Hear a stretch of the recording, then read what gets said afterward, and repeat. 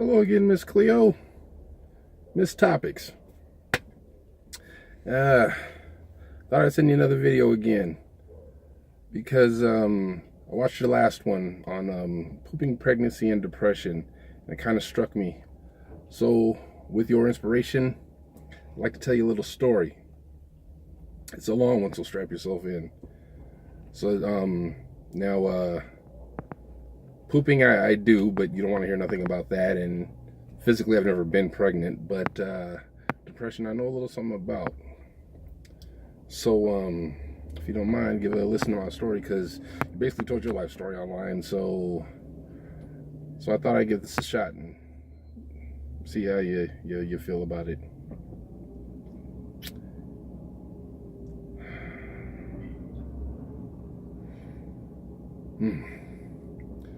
Now, okay, let me start it like this. As a kid, I was pretty, I don't want to say popular, but I had friends, was well liked, and played sports and whatnot.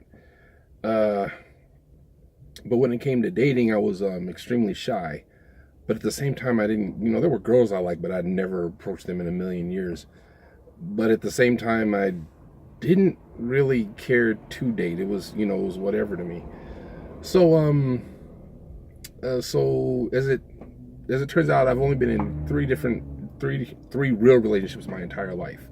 One, I was about 15, 16 years old, and I fell flat on my face in love with the girl, and it didn't work out, distance and whatnot. And then, when I was around 18, 19, 17, 18, I dated a girl who was my best friend growing up. We met in the first grade, and that turned out to be abusive, so without going into any gory details, I left that one. And then, in 1997, I met Mary, who eventually became my wife. Now, I had met her. We were working in not for the same company, but in the same building. I worked in Subway, she worked in Taco Bell. We all shared a building together at a gas station. And my first day, I remember, I introduced myself and she showed me how to make tacos. And we kind of hit it off, nothing real big. But then, as time went by, I started to hear rumors that she liked me. And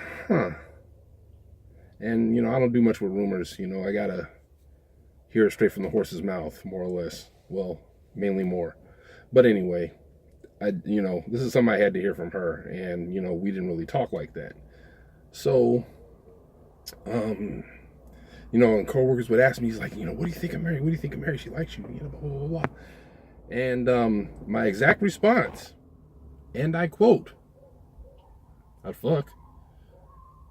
I know. But anyway, some damn stick. Hey, there we go. That's better. So anyway,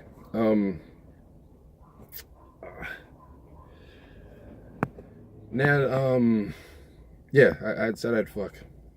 And, but then, she told me she liked me. Well, without telling me, if that makes any sense. The games people play with each other so they can save face. But, yeah, she confirmed that, she actually does like me.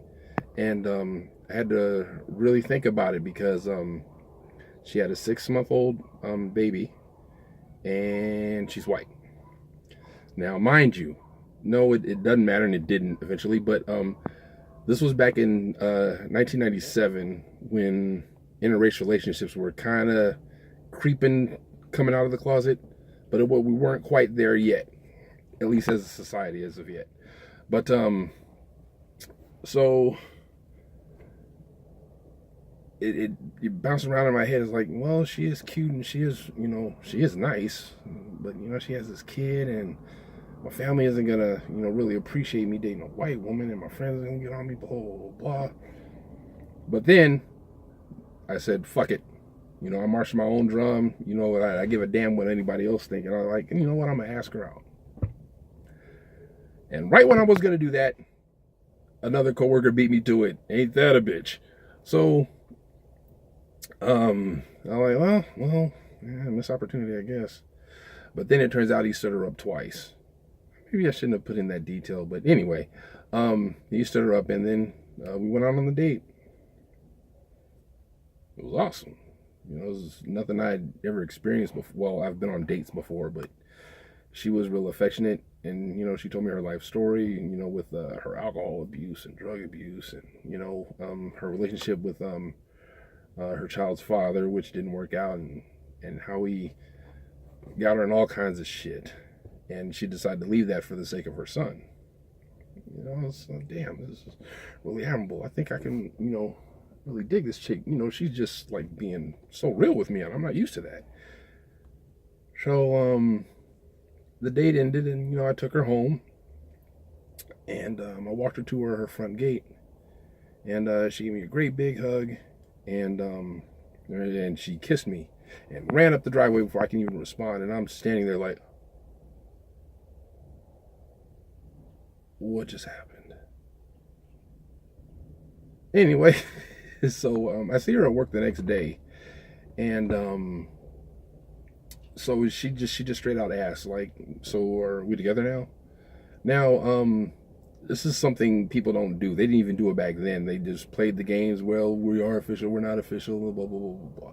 But she wanted to know right then, is like, okay, are we going to do this or we ain't going to do this? So, and then it was running through my head the entire time. I was like, damn, she's white. She has this kid. My family's not going to approve. My friend's going to disapprove. Blah, blah, blah, blah, blah. And almost in a panic, I was like, can you give me till tomorrow afternoon when I come into work? And she was cool. Like, okay, yeah. So I work, nothing on my mind but her, and there's a garbage truck behind me, making all kind of damn noise. Ugh. Hold on, let me move you over here. All right.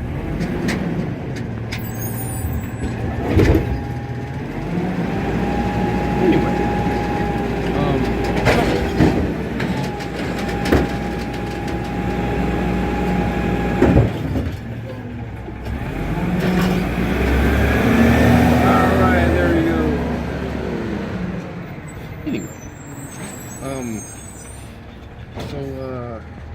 So going through all this in my head, I worked through the entire shift, and I go home, I got no sleep, went to work the next day, and I was like, yeah, let's do this.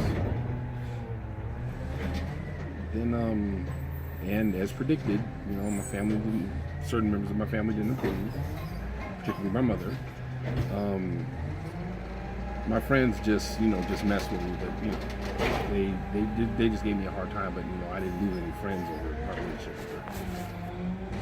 And so fast forward to Christmas, 1998, the end of the year, and my mom, and by this time we were in love, and we were living together and paying our bills and doing our thing.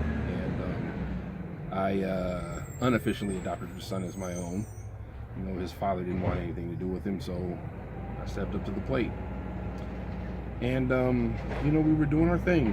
And Christmas '99 hit, and then my mother gave her blessing on our relationship.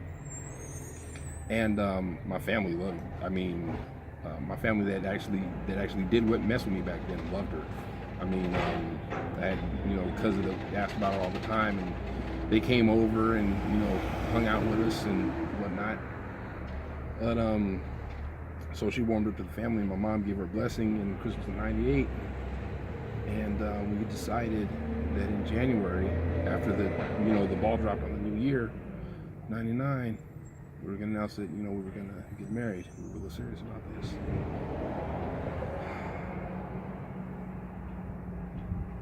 New Year's Day came, '99. 1 week after my mom blessed the relationship, and my mother was in a car accident, and she passed away. Drunk driver, I think it was. Yeah, it was. It was a drunk driver killed her. She was ejected from the vehicle, launched all across the freeway and shit. So the foundation in my life was gone. Just, it rocked me. I mean, it rocked me to my very core. And just, I'm 21 years old, and my mom's dead. And so, and Mary, bless her heart, she was right there by my side. Just never, when I was angry, she stood next to me. When I cried, she held me. She was right there. And, and so was our now son, because I adopted him as my own. My stepson, that's my boy, period. So anyway, she was right there for me. And I'll never forget that. And being that we were so young, I see relationships fall apart over bullshit. But, she stuck right there. And then I remember I was visiting my grandmother one day, my mom's mom. And she took my mother's death terribly hard, because they were just peas and carrots, peanut butter and jelly type close. You couldn't separate them. And, Grandma was, taking it real hard. And I remember I was visiting her one day, and she had told me, Brian, you need to go home, because your dad's going to need help with I have two younger sisters. With your two sisters, I have two younger sisters. And I was trying to tell her, after, my mom had passed, I was like, Mom, Grandma, I can't do that. I got a family now. Like, boy, that's not your family. Your family is at home with your dad. And, in my head, I was like, well, I can't leave them like that. And plus the ways Mary stood by me through this whole thing is like, I don't know where I'd be without her. So, needless to say, I didn't go home. And then April 6th, 99 came. My grandma passed. She's, they say the cause of death was, she had pneumonia. But the family knew better. She willed herself to die. She died of a broken heart. She just could not take my mother's passing.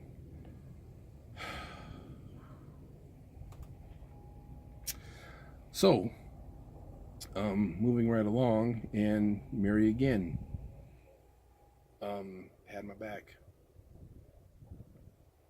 She helped me with the entire thing. So we decided to push off our wedding, and we got married July 1st, 1999, and in my mother's backyard. Very, symbolic, and I felt her presence there the entire time. So, and we're rolling now. We have 2 cars, and paying our bills, and she got a certification to be a mechanic, which she always wanted to do. Our son is healthy and growing and into everything. And December 17th happens, and we find out that our first child together, well, actually second child together, because she miscarried the year previous, my daughter, flies and shit. Anyway,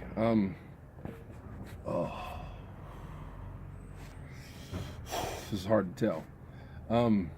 December 17th happened. We found out we're having our second biological child. Like I said, she miscarried the first previous, but that does count. And so our first biological child to be born into the world. We find out sometime in March that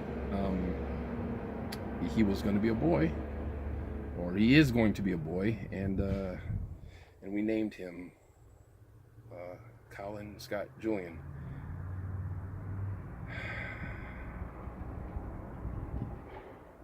Then April 1st happens, and this is no, I'm not trying to josh you being that April 1st is actually April Fool's Day, but April 1st happens somewhere around 2 in the morning. Mary and I are in an accident. As you can see, I made it. She and Colin didn't.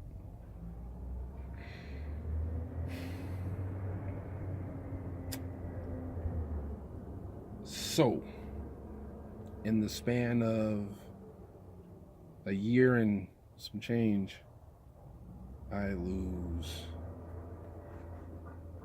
my mom, my grandma, my wife, and my son. 4 generations.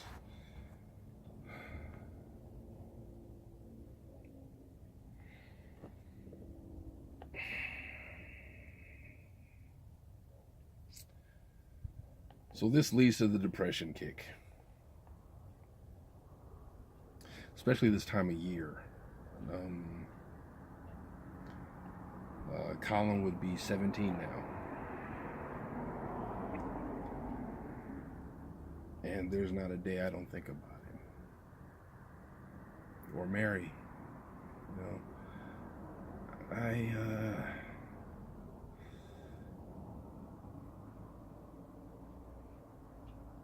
I wasn't in any kind of relationship at all for 7 years. A lot of sleepless nights, nightmares, and not wanting to live.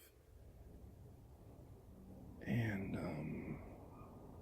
I tried grief counseling groups at first, but I would go there, and mind you, I'm 23 at the time. I go in there and there's all these old people. I'm talking 60 and above, people that are older than my grandparents were then.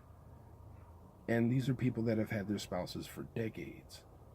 And, you know, they lost them to, you know, old age or disease or whatnot. And here I am. I mean, they had kids older than me. And I was like, I can't relate to these people. And they were looking at me like, what the hell is he doing here? And then I told my story, and the room stayed silent. Even the guy leading the group had nothing to say to me. Nothing. So, grief counseling didn't work, and so I'd pretty much been on my own. I had a grandmother. My grandmother, I talked to her every now and again, but she passed away about 3 years ago. So,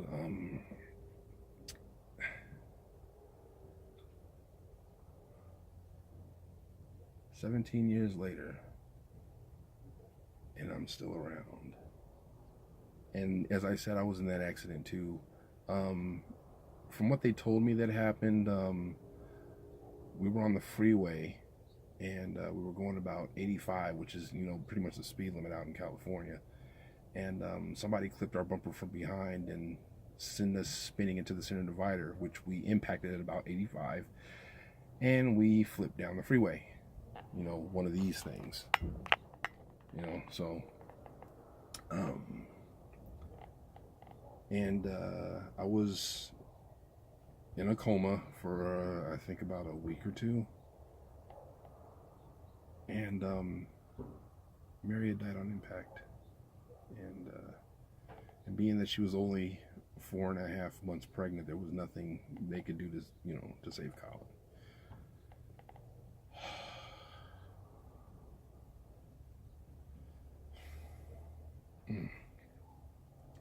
Anyway,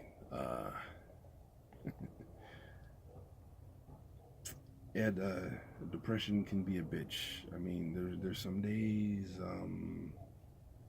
yeah, because I work security, and for the longest time I worked security on a boat, and I would see these families, you know, just people just out having fun with their kids, and I'd be envious. And, you know, I would always think about my kids. So, and you're probably wondering right now, I was like, how did he live through all that? What did he do? I honestly Cleo could not tell you. I really don't know. I think, I used to say it was for my son that's still here, but yes and no. No in this sense. I had to find my own shtick for being here. I had to find my own reason to carry on because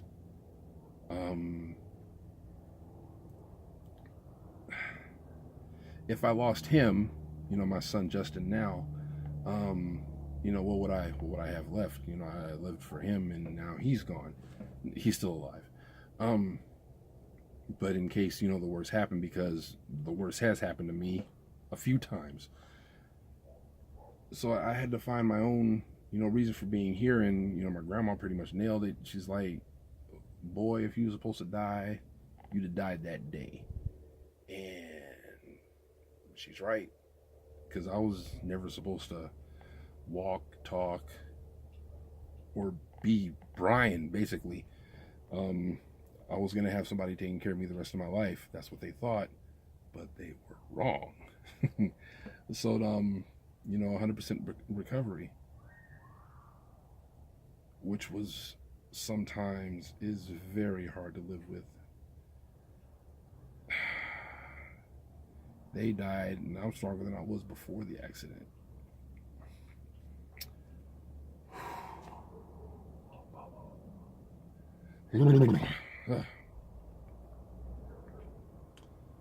So I feel you on the depression thing.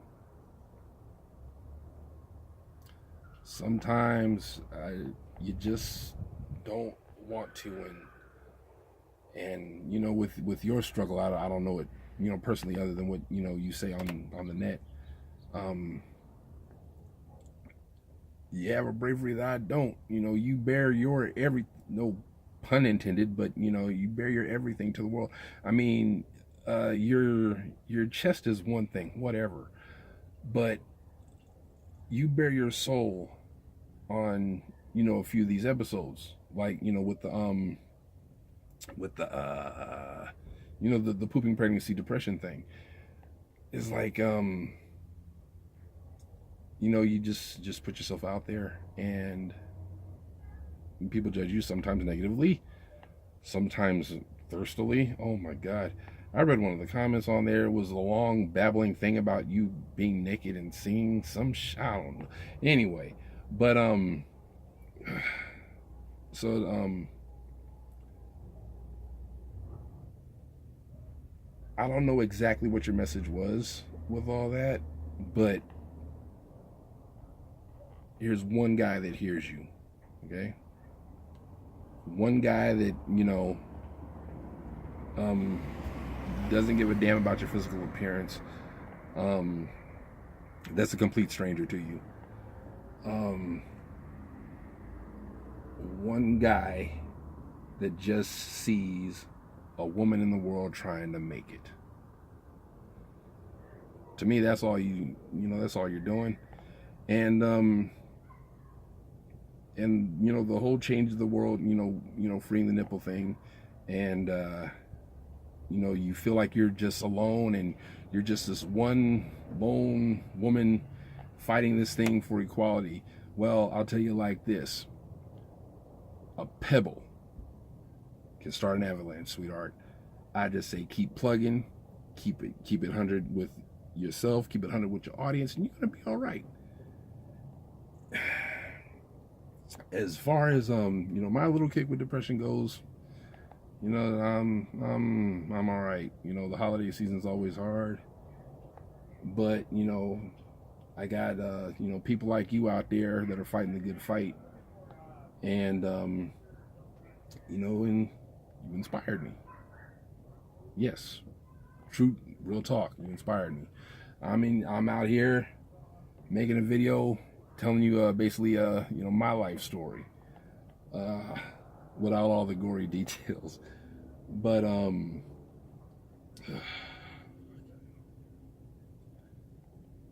it's a fight, kid. It's a fight, and you gotta keep plugging no matter what happens, no matter how many hard-ons you inspire or or you know how many you know girls call you a whore because their guys are looking at you.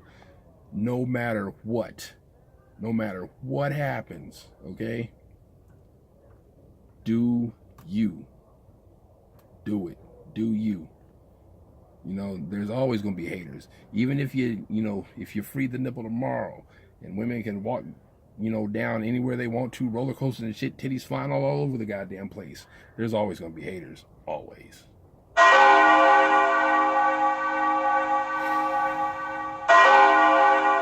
If you can hear that, it should sound familiar to you. You ever play Majora's Mask? So that means the sun's setting out here. So with that, I think the sun's gonna set on my little video right here. So as always, Miss Topics, you take care of yourself.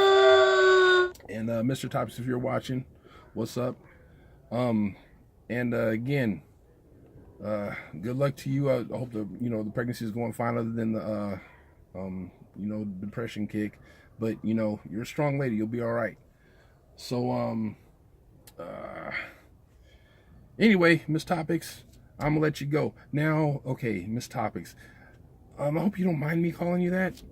I thought of calling you Miss Topless, but that would kind of defeat the purpose of everything you're trying to do. So because I don't want to see, that's why I call you Miss Topics, Cleo.